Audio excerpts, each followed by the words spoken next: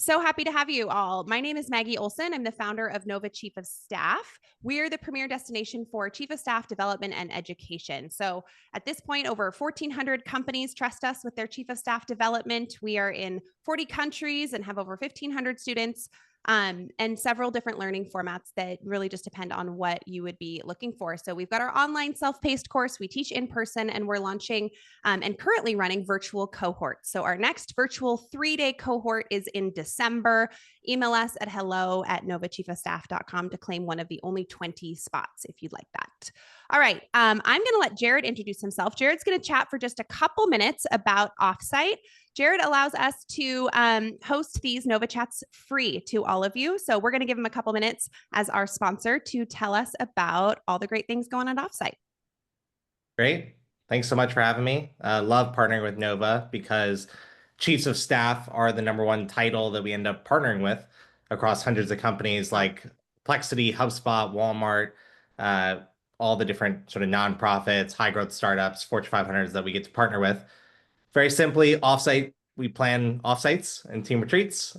You can make a free account at offsite.com and search our Airbnb style marketplace to save up to 50% on room blocks, meeting space, airport transfers, swag, basically any venue or vendor you might need for an offsite, you can find on offsite.com. And then we also do end-to-end offsite planning as a service. So we take care of all the venue selection, negotiating, and contracting for you. We help you plan an agenda hour by hour based on your business objectives for the offsite. And all of our offsite planners are either former chiefs of staff, people leaders, or they're just like brilliant minds when it comes to event organization. And so we're bringing that like chief of staff-esque strategic thinking to the table to partner with you. We're helping manage a budget line item by line item, really just take care of everything you might need for that offsite so that you can do your job of thinking about maximizing the ROI of the retreat, keeping it within budget, and then we can help you plan an epic offsite. You get all the credit internally as you're growing your career, and hopefully we get to partner with you for a long time to come. So you can make a free account, offsite.com. If you use the link that I believe Christina dropped in the chat, and I'll drop again, we'll give you 10% off your first contract with us should you choose the end-to-end offsite planning option. So that's it for me. Thanks so much. Awesome. Thanks, Jared. Love to have you. Love to partner with you as well. All right. Well, we're going to dive in. This is really our first Nova Chat about career moves, about how to advocate for yourself in the career transition and all of the things. So we've got Jena with us, a true resource, a true expert in the space. So I'm going to leave a lot of time for Q&A. Yes. Excuse me. We will also be monitoring the Q&A. And because we're on a webinar, the Q&A has a little box at the bottom of your screen. The chat, feel free to keep it, saying hi and all the things and keep it moving. My team at Nova will put links in the chat for you and remind you to put any questions in the Q&A box. So that's really it for housekeeping. Our team will post our, LinkedIn profiles into the chat as well. Follow us. We both post a lot about resources for people just like you. All right. So with that, Jena is the founder of Recruit the Employer, an outplacement and career development firm. She started her career on Wall Street, working in investment banking and at the New York Stock Exchange. From there, she spent 10 years in the learning and development space in a variety of roles, from trainer to chief learning officer at a variety of growing organizations. Jena has about 50,000 followers on LinkedIn. We're pretty similar in that way.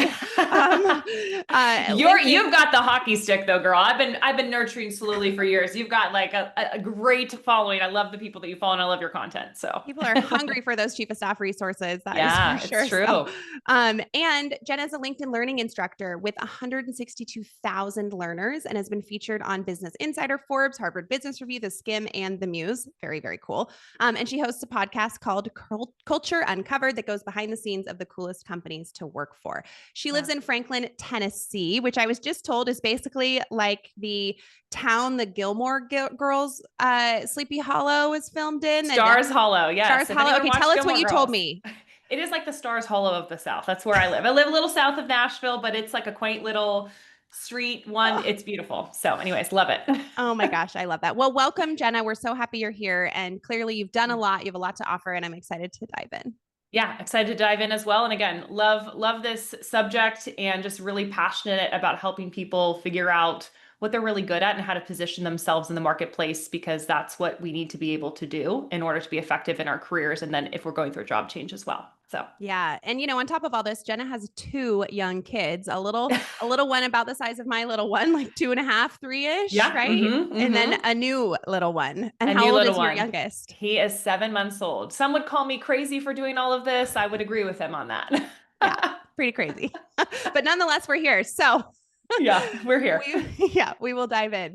All right. So all of you are joining us for a lot of different reasons. And whether it's, layoffs, career pivots, plateaus, trying to figure out what's next, trying to figure out how to articulate your value.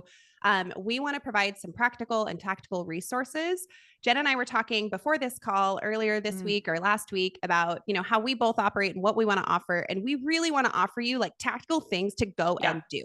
Takeaways, go do these things, hands-on, real world. That's how we both operate. So that's our hope by the end of this session, that you walk away with some real good tactical things to go and do to support your transition.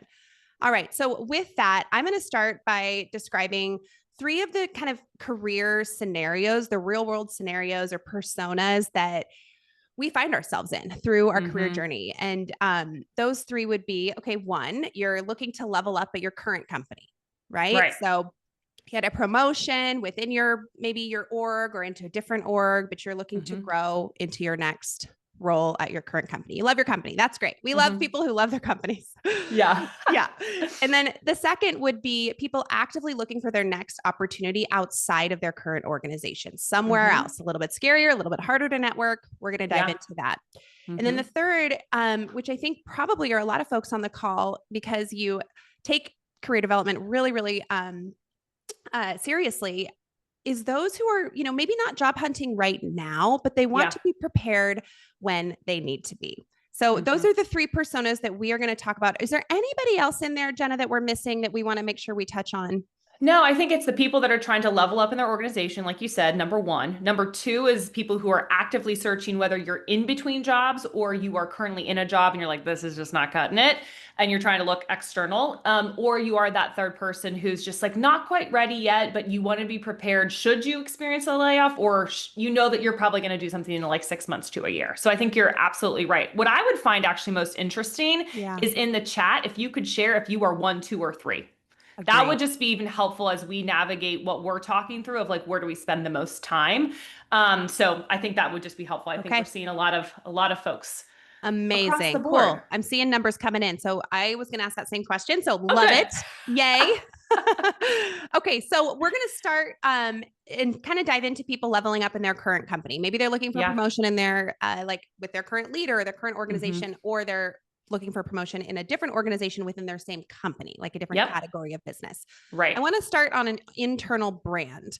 It's a big topic. We could probably talk for hours about building your internal brand, but how do people start to think about this? What are the most important things that folks consider or tactically can go and do to elevate their internal brand? Yeah, I think the first thing is recognizing that you have a brand, whether you're cultivating it or not. And so I think being first really honest about what are like the 4 words that someone would use to describe me internally, whether it's my boss, my peer, or somebody who is someone who reports into me. So like, those are like the 3 vantage points. It's like, what would be the 4 words that someone would use to describe me? Would they say I'm hardworking? Would they say that the positive and the negatives? And be honest with yourself about what those things are. And then evaluate for yourself, are these the things that I want to be known for? If they are, great, keep going.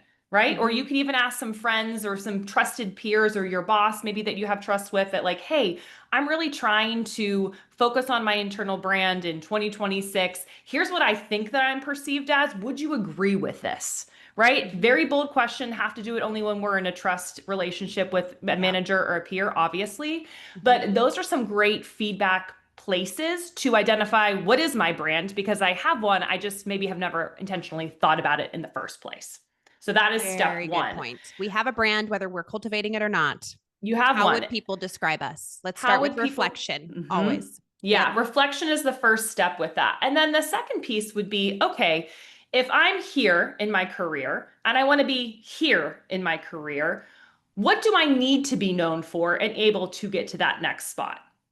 So it's kind of reverse engineering versus like this upward movement. It's almost like a downward perspective where, okay, if I want to become the chief, let's say I'm an executive assistant right now, and I'm trying to graduate to more of that chief of staff type of role, and I want to have that progression in my career. I'm sure there's like a lot of people that are on this call that are thinking that way, right? So thinking about, okay, what's my brand currently?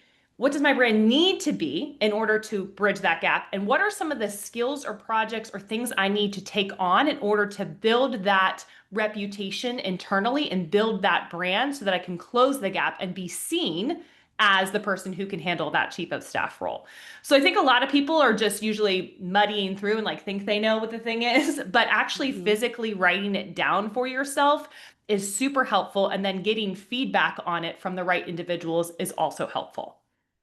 Okay, so what do I need to be known for? And then what can I take on or do, or a gap can I fill to help elevate my brand from where it is to where I want to be? Now, how do we take on more? How do we figure out who to go to, what to like, where do we start with that, especially if we're already super busy?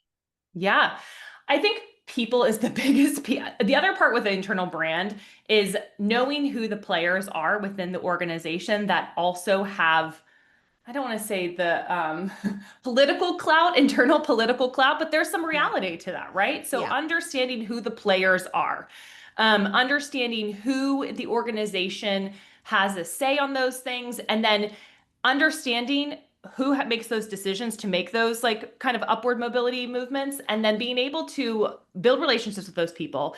And then also identify taking on, it's kind of this idea. I used to work at a company where they said, if you see it, do it. And that's kind of a similar idea here. If you see something where there's a gap to be filled and you can fill that gap, we either need to decide, are we going to do that work? Is it a good value add for us to be actually doing this work for our time if we want to advance our career, or is it just going to be something we just add to our plate? We have to be very strategic about what we're adding to our plate. But if we see that it's going to get us exposure to the right people, it's going to show us that we can do the job before we have the job, those are like the right projects for us to be working on. So it's asking, it's figuring out who the right people are, and then it's also being strategic about what things you say yes to. Yeah, I love that. And it's like, we have to know those people and they have to know us. I talk a lot to executive assistants who are, considering the chief of staff role, especially with the internal move. And if all of those, leaders, direct reports do not sign off on you moving into that chief of staff role, it's not going to happen, or most of them, right? Yes. It is a political game. You do have to play the game, and you have to know those people for them to then even think of advocating for you. And they have to know what you're doing and the work that you're working on. So I think another tactical strategy here would be like, who are the people who need to know you? And then how are you nurturing those relationships? Are you having consistent one-on-ones with those people? Doesn't have to be every month, but is it every quarter? Is it a couple times a year? Like, who are those advocates? And when you go and look for that next step in your career, is everybody signing off on you? Because they're going to be asked. Yeah, I think you make a great point. It's not just what you're doing, it's who's seeing what you're doing. Yeah. We were working with a team. We do some manager training, and I was talking to this one individual, and she was new earlier in her career, and she was looking to, make some moves upward. And she was saying, I don't think that XYZ leader knows what I'm doing. I said, why do you say that? And she said, well, because she always comments on this person and their work and never comments on me and my work. Yeah, fair. He's so loud about his work and I'm not loud about my work. And I said, well, you can still be loud and humble at the same time. Because I think a lot of people worry that if I'm loud about my work, that means I'm not humble. And you can still be explaining matter-of-factly what you've done in order for it to be visible to the right people that are going to your point, be your advocates to help you move up through the organization. If no one sees what you're doing, no one might think that you're doing the things that you're doing that actually will help bridge that gap and build that brand. A brand is public facing. It's not just internally what you think about yourself. And it's extra hard for those of us who are like the behind the scenes operators, of course, people who are putting somebody else up on the stage, and we're behind the curtain. And if things go well, we hear nothing. And if things don't go well, it falls on everything. One of the things I did, just to give like a real world example of this, I was the chief of staff to an executive at T-Mobile. I'd built a team of 7 or 8, and we were doing a lot, but it was all behind the scenes. It was helping things move smoother, creating processes and systems that just like enabled other people, and it wasn't visible. So I think I might have like asked a mentor or peer for some advice, or took something from their playbook. And I decided to create like an Office of the CEO update that went out, like bulletin that went out every twice a month. And I had my team and myself, we just put like the top things that we're working on and, you know, new processes or new systems or teams that we're supporting or, you know, whatever that initiative or project might have been. And we had like a little bulletin every other week that went out about exactly the work we were doing. It was, you know, humble in the sense of like, it was just an update, we just sent that email, but it was visible so that people could see, oh, okay, wow, they're doing a lot. So I would suggest for other back office operators that you maybe think about, like, how do you display that work in a way where, you know, people can see it and you're not necessarily having to like you said, like tell them, you know, super loudly in a way that wouldn't really fit. Yes, exactly. I think it's a delicate dance, right? And we want to make sure that we are letting people know what we're working on, but we don't want to come across a certain way. But I think what you described there is a very practical way to do that and to let people know what's happening. Updates are always just helpful, right? People people are in their own world, they're doing their own thing, and then they might look up and be like, where is that person? What are they doing? And then if you're just staying top of mind. It's very similar to once we get into like the job search process and thinking about networking, like you're internally networking is what you're doing. And the key to networking is staying top of mind. Yep. And so that's what you're doing here when you're building that internal brand. You're just making sure that they know you exist and you're still around and you're still doing things and you're still creating value for the organization. And so that will start to help build that internal reputation and internal brand that you want to be associated with to get you to that next level. Yes. The key to networking is staying top of mind. Yeah. I think that's great. Yep. Yeah. All right. So let's talk about pitching yourself for the next role. Okay. We've built our brand. We've elevated our brand. We're talking to the right people. The right people know us. Now let's talk about the pitch and then the promotion into the role. Yeah. So when you're thinking about a pitch for anything, you need to always think first about who's your audience. What does this, let's say, I'll give you an example of actually how I did this in my own career. So I was pitching I saw this need on the team. There wasn't a role for it. And I knew that my boss had the authority to make this decision. And then I also knew his personality type. I knew that he was straightforward. He liked a case study. He wanted to see the ROI of it. Like I just knew how he was wired. So I went to one of our one-on-ones and I said, hey, I see this gap, this problem, this gap on the team. I think I can solve that gap in these 3 ways. Here's how the outcome of that I would see us see downstream that would be a benefit to your bottom line and to the company's bottom line. I was helping take things off his plate, telling him the value that I bring, take things off his plate and make the organization more money, which to him was the most important thing. And so by doing that, I ended up landing the job. I got that promotion. I was able to fill the gap and actually add value to the team. So I often think that some variation of a case study or a business case for why this role needs to exist, very much connected to the problem that you're solving and the value that you specifically can bring to the table with your past experience and what you plan to be doing in the future for that role is the key. We need to solve a problem. We need to showcase our value and we need to make it very tangible for them that they would be silly not to say yes. Absolutely. Yes. And I think for those on the call that might be kind of in that administrative world and looking to add more value strategically, and you've started to take on strategic projects and they're going well, and you have the support of leadership, comparing the 2 buckets of work. I talk about this a lot, comparing the 2 buckets of work. Here's the work I'm doing now in this administrative bucket. And here's the work that I've taken on recently in the strategic bucket. To Jena's point, let me tell you how this work has impacted the bottom line or the team or the culture. And don't you agree that my time would be better spent over here in this bucket, making it, you know, silly for them to say no, and potentially giving them an answer to the problem of, okay, then who takes your role? Or, okay, then what do we do about all that extra work that still has to happen? Like you've researched, you've had some conversations, you have a timeline, you have a date set for when somebody could come in, an onboarding plan, maybe even a job description ready. You're doing the work for them and making it very easy for executives to say yes.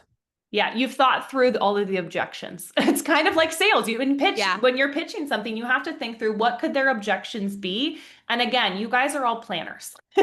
So this is like naturally in your wheelhouse to think things through. So use that to your advantage for somebody that maybe will be, well, I'd love to hire you for this, but like, I just don't know how we would do. great. I've solved that problem. See, look, I'm already taking things off your plate, Yeah. right? Like, Yeah. I'm already making things easier. And what I usually say is with any role, and we can talk about this also as you think about job searching, with any role, I don't care if you are the janitor for an organization or the CEO of an organization. You are doing one of three things. You are making an organization money, you are saving an organization money, or you're making someone's life easier. So if you're confused about how you're going to bring value, start with one of those three buckets as a place of, okay, what do I bring to the table? It's one of those three buckets, and then you can dive deeper into it. Making the organization money, saving the organization money, or making people's lives easier. That's it. Yep. Wonderful. Yeah. All right. We like a framework. I love it. Yep. Write those down. Okay. Before we move on to people looking for a new role outside of their company, I want to spend a minute about kind of the imposter syndrome and the confidence that often women lack, right, in moving into the next role. Okay, so I've got the promotion and now I'm like, oh my God, they went with me. And now what do I do? How do I show up? What if I don't know all the things? Like, what do we do in this situation? Yeah, I'd actually love to hear from you, Maggie. Like, how did you feel that when you got introduced and went into a new role? Like, tell me, how did you personally deal with that? Because I actually think that would be most valuable to people here. Oh my gosh. Yes, always. Yeah. But if you've heard me speak, you may have heard me talk about like the female examples I've had in my life. And I think the biggest thing for me is like, yes, you feel it. Yes, you feel the fear and you do it anyway. The female examples I've had in my life, my mom, my aunts, and my grandmother. My grandmother was one of the first female physicians in the country. Very She passed cool. away a couple years ago at like 98 years old. Long, wonderful life. But I had the example of people who just raised their hand for the promotion and they sat at the table and they just went for it versus, sitting back, waiting to be tapped on the shoulder, which is really common. Like when you don't have those examples of showing you like advocate for yourself, just go for it. So for me, it's always been like, ask good questions, show you're engaged, be okay with not knowing all the things. Women, we think we have to have 10 out of 10 of the job requirements on the job description. Yeah, no, like don't. mastered before you walk in. And that's just not it. Men are like, I'm good with 6 out of 10. Yeah, it's okay not to know all of it. Walk in and have confidence that you can learn it. Confidence that you can find the resources to help you and lean on your experience, that you can trust yourself. I think most importantly, that's probably where I've grown the most. Yeah, I would have to agree with that. I think that I have found that when looking at other leaders, especially female leaders, that confidence is half of the game. So I don't want to say fake it till you make it, but just like lead with the confidence, and then the rest will start. That's how you build confidence, is to try something. It's not to think about something. And so I find oftentimes when I'm working with people and they're scared to raise their hand because they're going to be found out that they're not really that good at things. I've actually found that the people who raise their hand and mess up on the fly are actually the people that are more successful long-term, because they just put themselves in the arena. Yes. And to your point, just said, yes, I didn't grow up necessarily with strong females around me. It just wasn't kind of part of my makeup. So for me, I didn't have a lot of backstops in my life. So I just kind of like forced myself just to say yes. And I got comfortable with the idea of being rejected. And I think that is the biggest skill set that we can learn, is be comfortable with being rejected, because if we can be comfortable with rejection, we don't have fear. What's the worst that can happen? They think I'm not as smart. Okay, I'll show them next time. Like, we all are learning, and we also have to remind ourselves that everybody's people and everyone started at a different point, and almost no one knows what they're doing.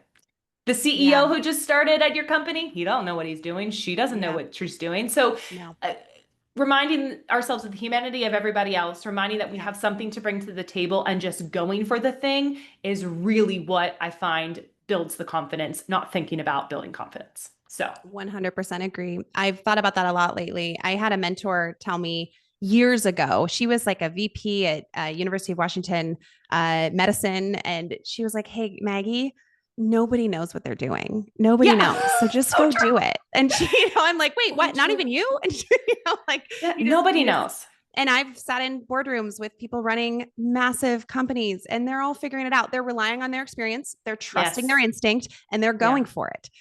So this is your motivational speeches from Maggie and Jena that like, just go for it. Right. Yeah. Yeah. Just, you are not going to fail. The farthest you can fail is not as far as you think. Yeah. And I wrote down what you said. Confidence is built by trying, not thinking. So Yeah. I just wanted to repeat that. All right, let's move into the persona of people actively looking for their next opportunity outside of their company. Where do we start? Gosh, get clear on exactly what you want and why you want it. That's the first step to the puzzle. Get clear on why you want it. I would actually say the first step probably is mindset, getting your head in the game, which we kind of just were talking about. True. When you are interviewing, it comes back to confidence. The most confident people get the job, not the person who has got all the listed of the things. The person who's able to brand themselves effectively and understand who they're speaking to, they're the ones who land the job. So I think it actually starts with confidence is the first step. The second step is getting okay, hold on.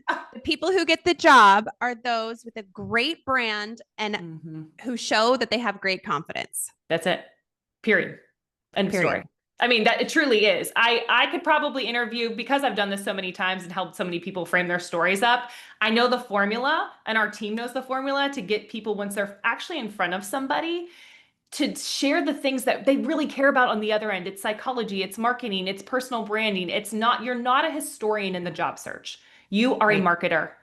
And if you're thinking about yourself as like, here's my experience, please, will you hire me? That is the wrong way to look at it. I really need this job. I really need it. Wrong attitude, wrong energy, all the bad things. We don't like it. None of you are going to do this on this call after hearing this. You're not a historian. You are a marketer. You're thinking first, what I said earlier, what does the person on the other end really care about? What's bothering them? Why are they hiring for this role? They're not hiring for a role because it's good for their health and they just like to have more people on payroll. They're hiring to solve a problem, to fill a need, to either make the organization money, save the organization money, make someone's life easier. So we need to think about that framework, but the confidence piece comes first because it has a downstream effect on the rest of these steps. So that is the first step, is rebuilding your confidence, rebuilding if you need to, or just thinking about the mindset piece and the limiting beliefs that you might have, because it's going to impact what you apply for, how you apply for them, and how you talk to people. Yep. Okay. Mindset, then get clear on what you want. Get clarity on what you want and the value that you can bring to the table. Then we have to, I thought somebody say thoughts equal emotions equal actions. Totally agree with that. After that second piece of, the mindset was first, the second was the clarity. Third is actually finding these opportunities. So a lot of people will do the mistake of running straight to the resume and LinkedIn. And I think that's an issue because we don't have anything to benchmark it against. So I get a lot of people who are like, I worked on my resume, I'm applying online and nobody's responding. I said, well, did we do the clarity work yet? Do we know what we want, why we want it, and what value we can bring to an organization? If we don't know that, don't waste your time with the resume and LinkedIn. Massive waste of time. Start with that, then find the opportunities that you're interested in. Find the companies you're interested in working for, find the roles, use that information as a data set to inform how you're going to market yourself, which is the next stage after that. So it's mindset, clarity, finding the job, marketing to the job. And the thing that I say with marketing to the job, it's not just your resume. Your resume is a static document, meaning it only works for you when you apply to something. A passive document is your LinkedIn profile. It works for you while you sleep. It's like passive income. So make sure you are prioritizing your LinkedIn more so, quite frankly, than your resume. I can answer lots of questions. I know people are probably like, but Jena, what about this on the resume? Is it 1 page? Is it 2 pages? What about the ATS systems? We could get into some of that, and some of it matters, but most of it kind of doesn't, to be honest. Yeah. And then interviewing is a part of that. That's landing the job is the last piece. So once we actually get past and get in front of somebody, how do we actually land that job? That is through interviewing and then negotiating that salary. So that's the sequence of events, is you got to first do that clarity piece before you even get to the resume. If you take nothing else away from this conversation, please take that. Yeah, absolutely. Okay. So I want to narrow in on the finding the job part and kind of double click a little bit more into, okay, there's the resume and then there's the networking. There's the ATS systems, the application systems, and then there's the people we know. Yeah. When I talk to chiefs of staff, I talk about how I deeply believe that 90% of your time should be focused on networking when you're looking for a role over just submitting a cold application. Would love to hear your thoughts on how do you find the job? What do you do in this case, right in that part of finding the job? Yeah. So I would agree with you. I'd say 80-20 is probably more realistic, but perhaps in the chief of staff, because I would imagine too that some of those roles maybe either don't exist yet, or maybe they're not posted. So this might be a still relevant number for. So 80-20 is what you tell everybody. Yeah. We Okay. say 80-20. 80% Okay. of your time should be networking, because even though there are applicant tracking systems and all those things, humans still are hiring humans. And so ultimately, I mean, if you listen to my podcast called Culture Uncovered, anyone's welcome to listen to it. We go behind the scenes of cool companies to work for.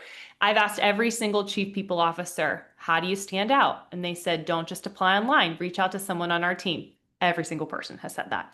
And so what I tell people is that feels like a lot of work. I get that pushback a lot, but here's my reaction. What's a lot of work? 100 applications that you're just shooting resumes off and don't hear really anything, maybe one, maybe two. It's a really bad ROI. But if you spend a little bit more time in being intentional, which is probably what we prefer anyways, as just humans, with connecting with people, with if we see a job posting, we maybe send an intentional message, again, sharing that value prop that we can bring. We don't just bomb them with a resume and then peace out. We like send them something of value. We differentiate ourselves. It's going to be a much better ROI of your time. We've just seen it work time and time again. Networking works. Yeah. Just resume bombing everywhere does not work. Yeah. It makes me think of like, my brain just goes to like applying a project management approach to this whole thing and saying, you know what, instead of I'm going to click submit 100 times with the same resume that's not for, not personalized to the job or anything, I'm just going to submit. Let's narrow that down to 8 roles that you find. You're the ones that you've done the work now and you've decided, I am very clear that these are the companies I want to work for. You've done the research. These are the roles that I want. And then you list each of them out. You do submit the resume because you found the jobs online in this case, right? And then you work your network. That next column of the project management is like my network. And you start brainstorming. You search on LinkedIn. Who are all the people? You start listing the people. And then the next column on the project management documents, like when's the next touch point? How are you reaching them? Like, and then there's other brainstorming activities for how to reach to the people that you don't know, but people you know who they know. And just kind of narrowing it down from 100 to the 8 or the 6 and being very intentional and like well thought out and like applying exactly what you're saying, but just like less is more in this situation. Yes, less is absolutely more, and it will result in way more for you over time. Like we are seeing that hands down for all of the candidates that go through our programs. Like we absolutely see that networking. And the other thing about networking is it allows you to practice interviewing skills, right? So it allows you, someone asks you, well, tell me about yourself. Great. I'm practicing my elevator pitch before it really costs me anything too. So we've had clients in our private practice who have, not networked in a really long time. And I just say the first step, if you like feel overwhelmed by, oh my gosh, I got to figure out all these companies and I got to figure out who, write a list for yourself of like 50 people, friends, family, ex-colleagues, current colleagues, whatever, and just start going through the list of connecting with people. It builds momentum. It helps you practice your story. And then it gives you more opportunities to share what you're interested in. And again, refine that story. The key with networking where people get it wrong is they don't have a clear call to action at the end for the other person, or they're not very clear on what they want. So that clarity portion is so important to do first before you're having those conversations with folks. Yeah. And, that really leads us to our last persona, which is like, okay, maybe you don't want a job right now, but why should we still be networking? And I just want to pause for a second and say, the networking exercise you just described is one of our assignments in our course. Amazing. Module 5 or day 3, whatever format you take. And it really dives into, my name is in the center of the bubble. Now, who are the people I know? Now, who are the people they know? Now let's think about our organizations and our churches and our volunteer. Now let's think about school and the professors now let's think about, and you just continue to build it out. And then again, project manager over here, you take that framework and you apply priorities to those people and you apply okay, what am I capable of?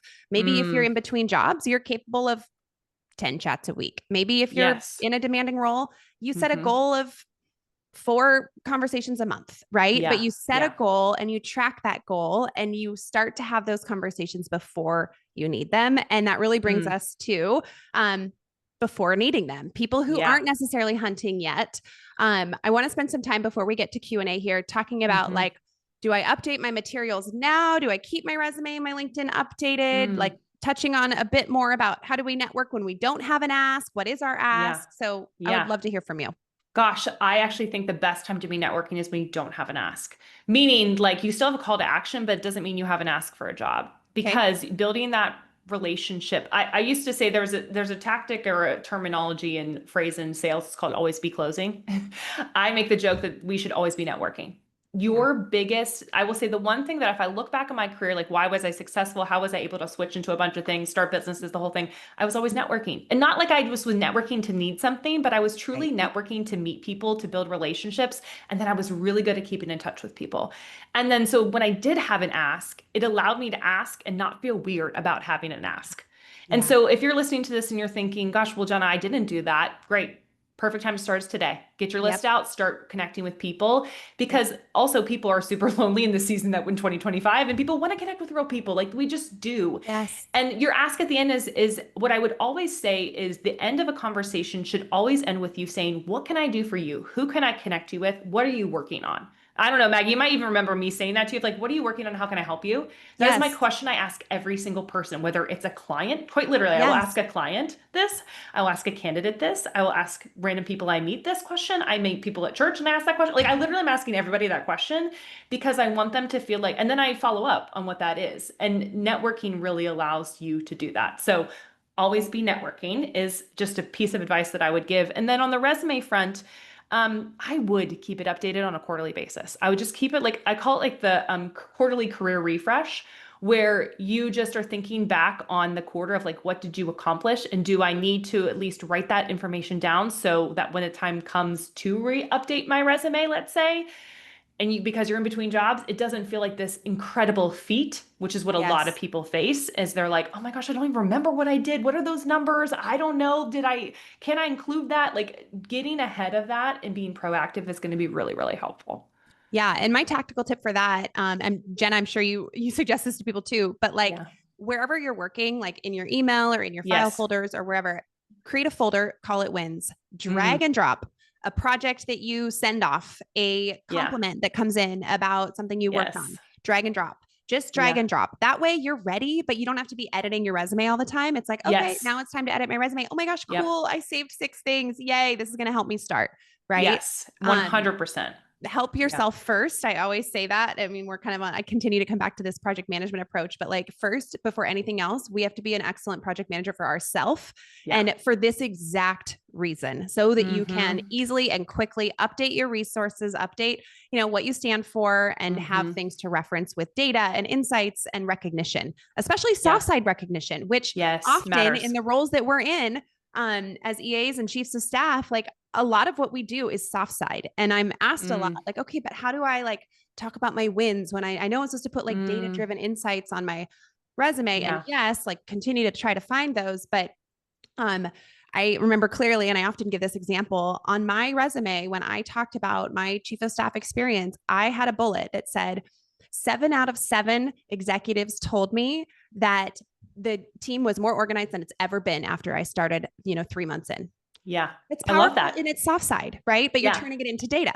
And I was gonna say, you can always turn soft into data. I really believe that. Like, how many people said this? To your point, how many people said this? How many people did I work alongside? How many people did I touch? Like anything that you can quantify, take it and use it, because what it does when somebody's skimming your resume is it just makes their eye go to it. Like it just helps them. The data just physically, like if we're skimming a resume, brand names, like if you have like accounts that you've ever worked on, or like departments you've worked on, anything with like a capital letter, people automatically go to. Anything that's bolded, people automatically go to. And then anything that has a number, just like something in our brains are like wired to see that because it's a little different. A block of text, just text, is like, what am I reading again? Yep.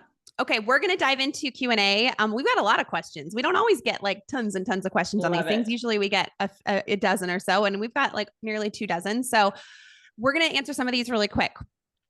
Jena, what are your thoughts on having the open to work tag on LinkedIn, the banner? Should it be on? This is like an area where I'll either go viral on LinkedIn if I take a stance, or I'll get canceled. Like, I just don't know. My point is, it doesn't matter. It really doesn't matter. Space. What do you really gut feeling? Here's my gut feeling. If I'm talking about brand, my gut feeling is for better or for worse. Now, I do think in 2025, it's a little bit different than like 2022, 2023.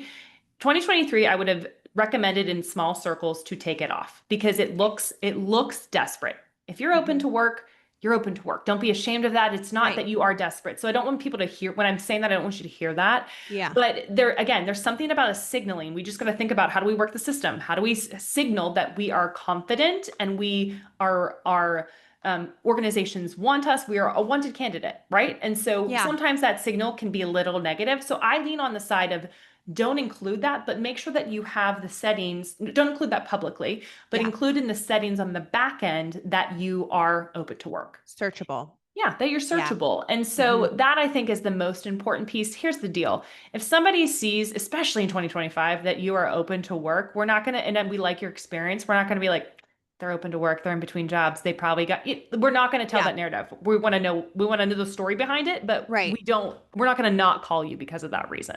Yep. So I know I didn't give Yeah. a hard stance on it, but that's my thoughts. Well, it makes sense, I think, honestly, because it's also a passive signal, and we're talking Yeah. about intentional Yes. actions to take to Mhm. networking versus just a passive, like, coming to me kind of a thing, right? So Yeah. I could see that it might not be the most useful tool. I'm more comfortable with you saying that I'm interested in work in a LinkedIn post. That's more helpful, in my opinion, than having the open to work banner. Okay, I've got a couple questions about job descriptions. How can we really understand the problem or the role from a job description? Like, what are some tips that you would give around, reading through and digesting the information and synthesizing the information from a job description? Yeah, I would literally take a job description, dump it into ChatGPT and say, what are the three? I mean, truly, I mean, I wouldn't have told you this 3 years ago, but I'd tell you this in 2025. Yeah. And ask it for, what's the main idea of this role? Why do you think they're hiring for this role? Take all the data that's happening in the market and maybe for this organization in the news clipping, see why they might be hiring for this role, and tell me what the ideal candidate needs to be really good at. Yep. And then see where your experience lines up or doesn't line up, Mhm. or what your resume says or doesn't say. Yeah. And bonus tip, if you were listening earlier, find the person that you know at this company Yes. who your friend knows and ask them, what is this job at this company like really like, right? Yeah. See what you can find out outside of the job description, which was a little bit extra on the question. Yeah. But And to be clear, like, job descriptions are not always the most comprehensive. Which I understand people's confusion around that. They're not always the most comprehensive. Sometimes organizations don't even know what they want. So doing the best that you can with the information that you're given. Yep. Absolutely. And then asking really good questions during the interview. We didn't talk about this too much, but like, we're hiring them too. Like we are signing on our life to this company. We need to deeply understand the role. It's a huge red flag for me when I interview folks and they have no questions. No questions. I'm like, wait a minute. I've got a really complex company. We're doing a lot of things. I've got a background, like no questions. Yeah. And especially as a chief of staff, your job is to ask questions. Like I have to be inquisitive, to be curious, so I have a client in our private practice. She's the chief of staff for a healthcare system, super accomplished, been doing it for years. And she asked a lot of questions in her interview. And she was like, should I not do that?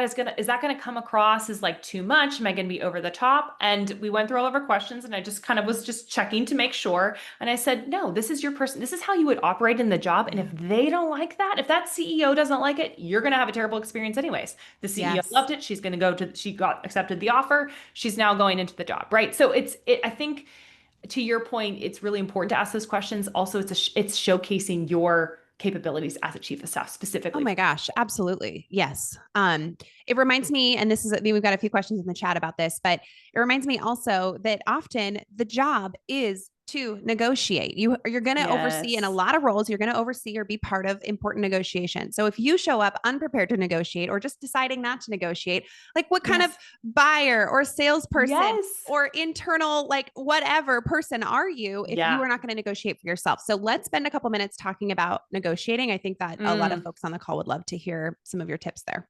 Yeah, gosh, I did a whole piece on this for the Skimm, which was really fun to do because I'm really passionate about negotiating, especially as women, because I always joke it's like the easiest 5, 10, 50K that you could make in like 3 minutes, right? Yes. So it's one for most organizations. Now we're coming up against some things with salary transparency where organizations are kind of taking that off the plate, which I have some pros and cons around that. But most organizations nowadays, they still are open to negotiation, especially with this type of role, because it's a newer type of role for most organizations. And so it's how I would recommend negotiating is one thing at a time. Do not come out and be like, I need remote work. I need this salary, and I need this bonus. It's like being very strategic.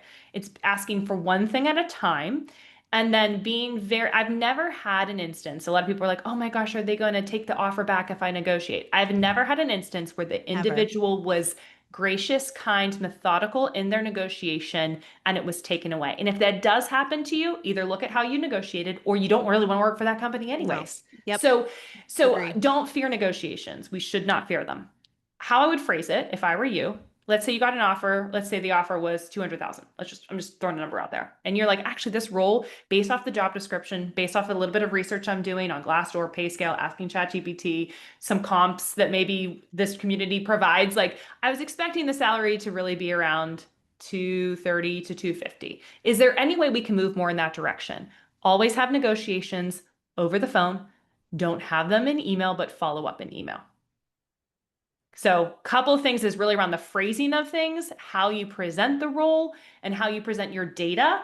Again, the case study piece has a theme here and a lot of what I talk about. And then use the language of, could we move more in that direction? If so, I'd like to take the role. Yep. I love it. And then what I add to that is like, okay, same exact framework, Jena. I'm like, okay, great. I am so excited for this offer. I'm thrilled that you offered me, and I'd love to work for your company. I was hoping for closer to 200,000. Use that number. And to Jena's point, based on the data that I've found in this industry for this role. Okay. Awesome. Add that in. And then you stop talking. Yeah, thank you. Thank you. I was just about to say that.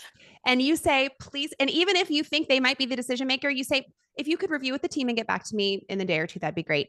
And you're done. And you ask them to go review.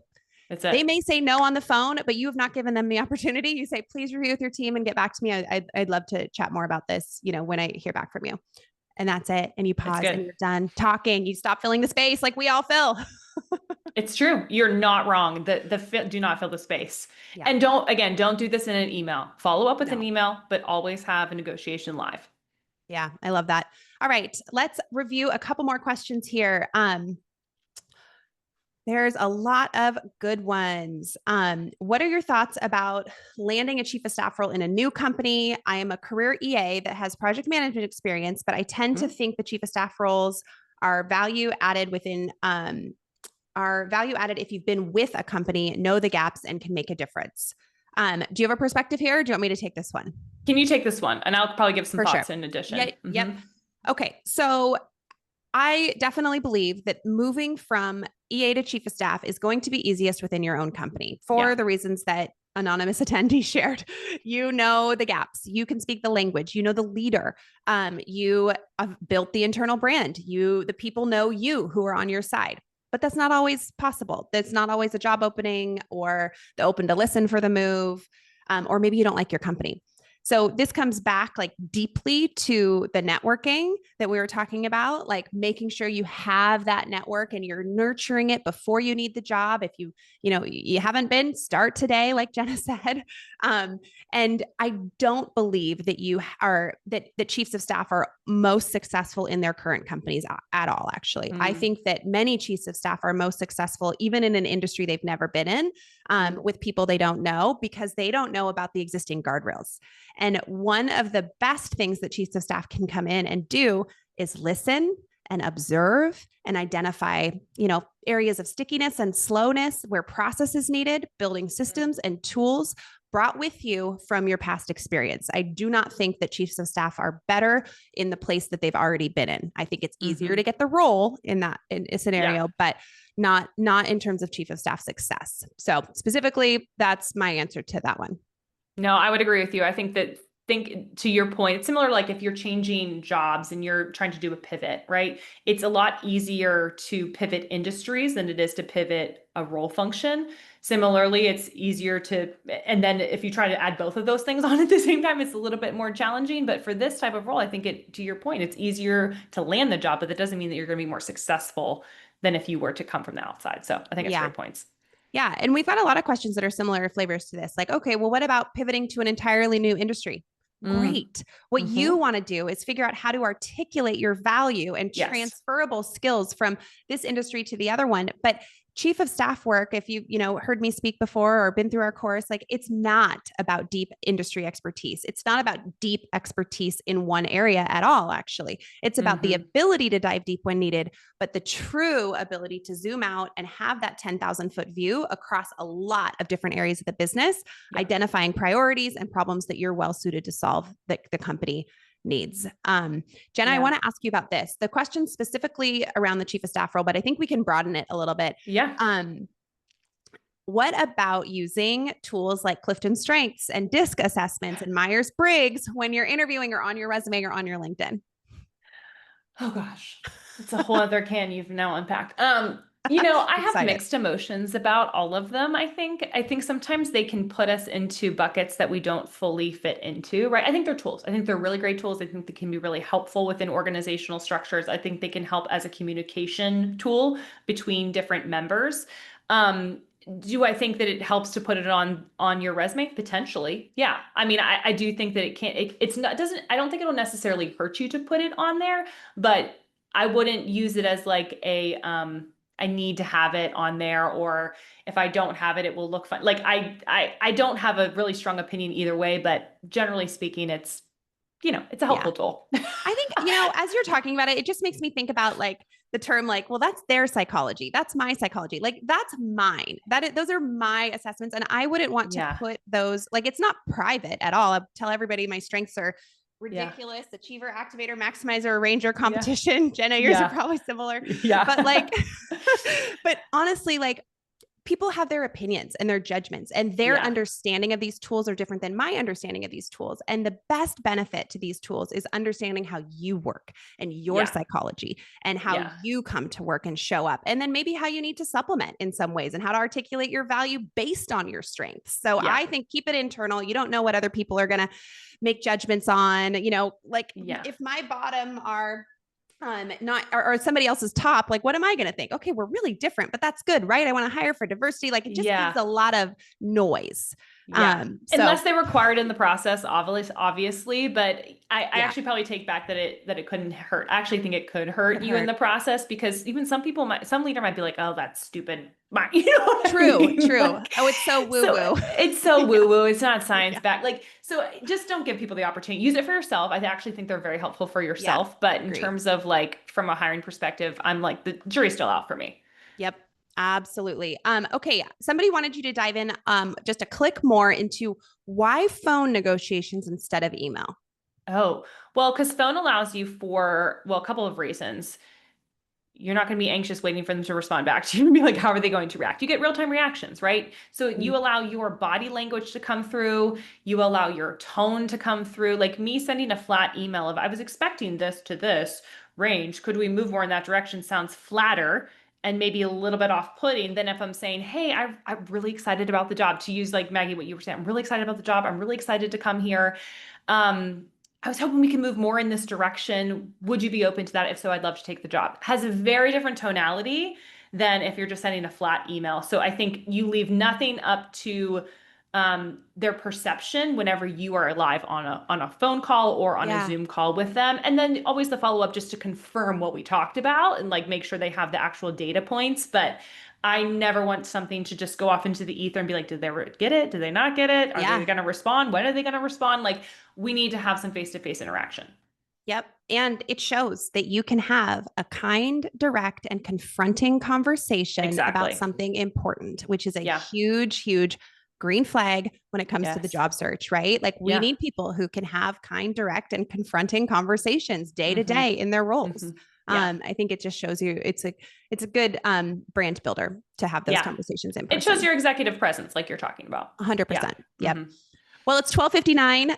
The people have places to be, so we're going to let them get to those places. This was so much fun, Jena. You are a wealth of knowledge, and I am guessing that everybody is going to be writing in their reviews of, their feedback forms of like, make it longer, give me slides, give me takeaways. So Jena, where can people find you and find all the resources that you've been talking about? Yeah. So if you want to go to my LinkedIn, so I'm in Jena Dunay, easy to find me there. Our website's also recruittheemployer.com. And we have some strategists there that can help you if you're interested in kind of diving into this further as well. So yeah. Wonderful. Well, this was really Wonderful. fun. We're glad everybody was on. Hope you've got a ton of tactical, real world, hands-on advice and feedback and tools to go do. So start with reflection. Enjoy your afternoons. Thank you again, Jena. Have a wonderful day. You Okay. too. Bye, everyone.